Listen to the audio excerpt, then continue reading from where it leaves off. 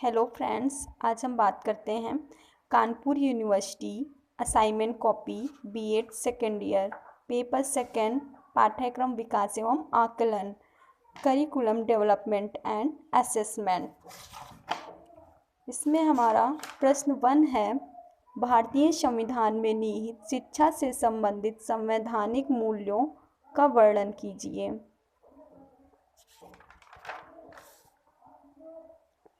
इसमें हमारे मौलिक अधिकार हैं 6। समानता का अधिकार आर्टिकल 14 से 18, स्वतंत्रता का अधिकार आर्टिकल 19 से 22, शोषण के विरुद्ध अधिकार आर्टिकल 23-24, धार्मिक स्वतंत्रता का अधिकार आर्टिकल 25 से 28, संस्कृति तथा शिक्षा का अधिकार आर्टिकल 29-30, संवैधानिक उपचारों का अधिकार आर्टिकल 32। इसके बाद है शिक्षा का अधिकार आर्टिकल 21A में राज्य 6 वर्ष से 14 वर्ष आयु वाले बच्चों के लिए निःशुल्क और अनिवार्य शिक्षा देने की ऐसी रीति में जो राज्य विधि द्वारा अवधारित करे उपलब्ध कराएगा। प्राथमिक शिक्षा में विकास तथा शिक्षा का मूल अधिकार,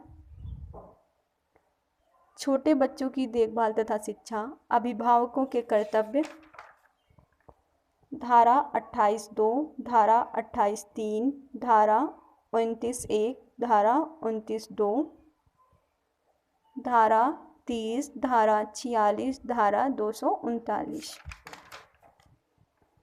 धारा 350, धारा 350(a), धारा 351, धारा 343। देवनागरी लिपि में हिंदी संघ की राजभाषा है। स्त्री शिक्षा वुमेन्स एजुकेशन धारा 15(1), धारा 15(3), उच्च शिक्षा और शोध। कुछ उपबंध हैं, उपबंध 63, उपबंध 64, उपबंध 65, उपबंध। प्रश्न 2 है हमारा, पाठ्यक्रम में मूल्यांकन की नवीन अवधारणा स्पष्ट कीजिए। वस्तुनिष्ठ प्रकार के परीक्षण एवं निबंधात्मक प्रकार के परीक्षण में अंतर कीजिए। परिभाषा है मैकनिल 1977 के अनुसार, वॉर्थेंस व सैंडर्स के अनुसार इस अवधारणा के अनुसार शिक्षण प्रक्रिया का केंद्र बिंदु बालक होना चाहिए, ना कि विषय वस्तु। यह प्रत्येक बालक की मनोवैज्ञानिक आवश्यकताओं, रुचियों, सोचने के तरीकों, तर्क वितर्क करने की तरीकों, व्यक्तिगत एवं सामाजिक दायित्वों के निर्वहन करने की क्षमताओं आदि के अनुरूप होता है।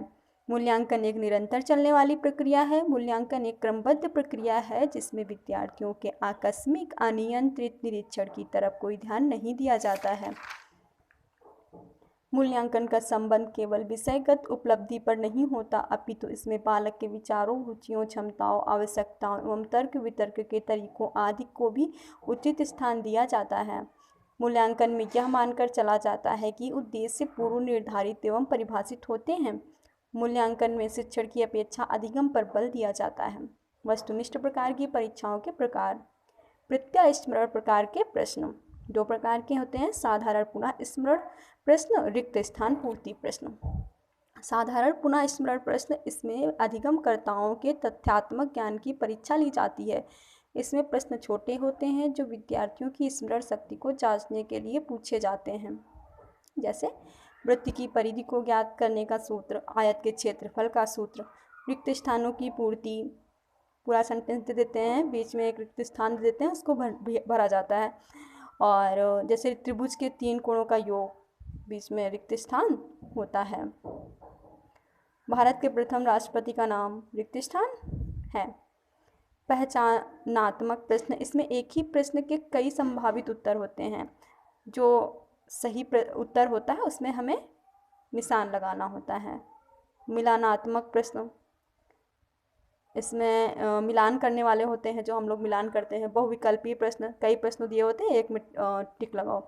और सत्य असत्य प्रश्न, कौन सा सत्य कौन सा असत्य है। अनुपातात्मक प्रश्न, इसमें जैसे अनुपात दे देते हैं, आकाश नीला, जैसे आकाश का संबंध नीला है तो ऐसे ही दे देते हैं कि तीसरा दे देते हैं घास का संबंध किससे होगा। 2 का संबंध आपस में बता देते हैं, तो वैसे ही तीसरा दे देते हैं और कहते हैं इसका चौथा संबंध बताइए कैसे होगा, जैसे पहले 2 प्रकार के संबंध हैं। ठीक है,